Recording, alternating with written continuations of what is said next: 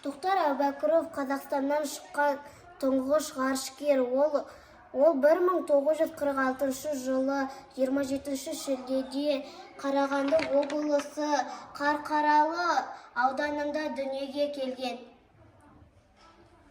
Талғат Мұсабаев 1951 жылы 7 қаңтарда Алматы облысы Жамбыл ауданында